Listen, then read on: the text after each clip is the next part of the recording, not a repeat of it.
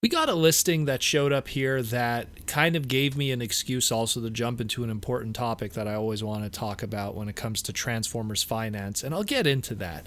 So, there was a listing on Myers' website. For Canadians, we always refer to it as Major because we don't know how that name is pronounced. It's a chain that we're not familiar with in Canada, but is very popular in the United States. And so Meyer has this listing here of a Transformers Cyberverse Scout for the Wave 5 assortment called Hive Swarm Attack Bumblebee.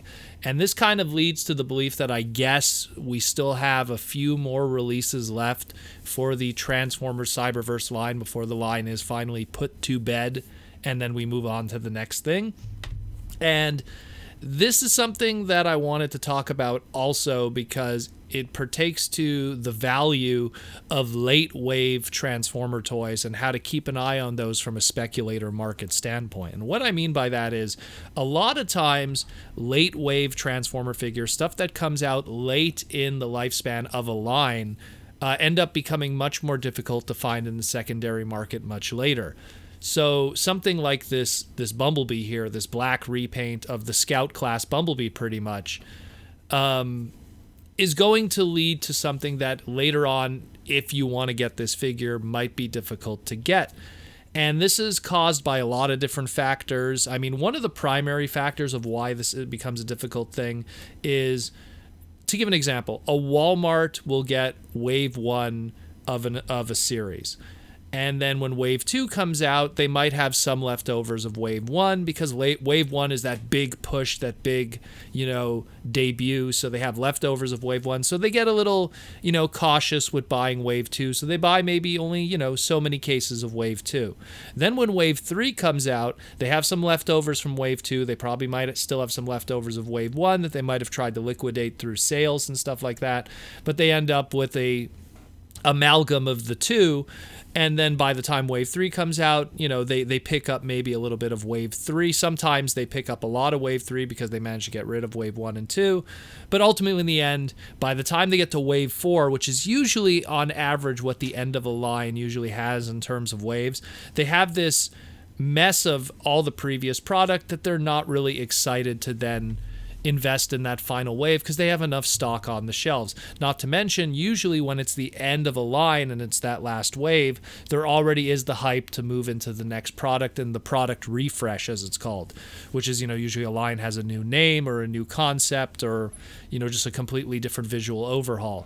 So to give some examples, we could kind of bring it all the way back to when waves were really something we could track and understand.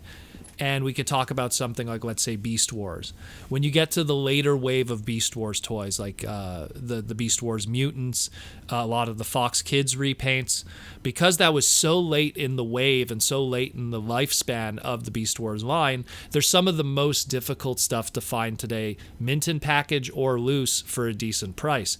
It's not to say that they're high demand items. It's not something like, a blue repaint of Transmetal Rat Trap, which we call it the Pack Rat repaint, but the Fox Kids Rat Trap repaint is a lot more rare than, let's say, the traditional Rat Trap Transmetal repaint. And obviously people will probably want the one that's more show accurate than the one that was the Fox Kids repaint.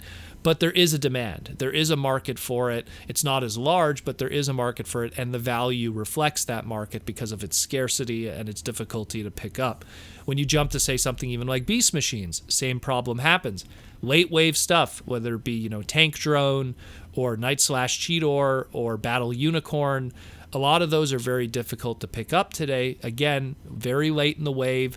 A lot of people weren't carrying them at that point. Beast Machines was on its way out, not to mention Beast Machines didn't sell very well even from a first wave standpoint. So when you get to that, it didn't sell well in its first wave. How much leftover product is already available? By the time you get to the last wave, there's so much leftover from the first that a lot of stores just didn't pick it up. They just didn't bother. When you get to Robots in Disguise, same thing happened. A lot of the late wave stuff, whether it be the Mega Head Megatron, the Stormjet Jetstorm, which was like one of the first G1 homages in the modern era, which was a Jetstorm done in Jetfire colors. And then I'm trying to think of a few other the weird ones. You had like the G2 heroes. So you had like Nemesis Prime or Scourge done from Hero, Optimus Prime from G2. Like a lot of those were very difficult to get, came late in the line, and again was on its way out. Armada was coming, and we could continue this trend on and on. It just keeps going, where always the late wave stuff was always the most difficult to get from the reasons that I brought up before. Some more modern examples for some people, like let's say Generations before it went on its way out, and then we started Combiner Wars. RC and Chromia were difficult to get, and that's probably one of the best examples. And then with the higher price point, like let's say Brainstorm was also difficult. It happens a lot, and it becomes a difficult issue. And it's something that I always tell people, if you get opportunities to get late wave stuff, don't really sleep on it too much, because it might be a headache later. Even movie stuff, a lot of late wave movie stuff, while it doesn't have much of a demand, they are difficult to get for the people that are collectors of it. So getting back to this pretty much this Cyberverse Scout class Bumblebee redeco, are you excited about a Scout class Bumblebee? You probably weren't to begin with. You were probably looking at the deluxe scale or even the Warrior class. Are you excited about a Scout class Bumblebee redeco that's done in black repaint? Maybe not. But it's something where if you're a completist or you're a collector of more difficult to get Transformers, this is something that I would warn you in advance. Sometimes in this case, and I know it happened with Animated, sometimes this stuff is advertised and it's like, hey, this is going to be coming, and then it never comes out ever.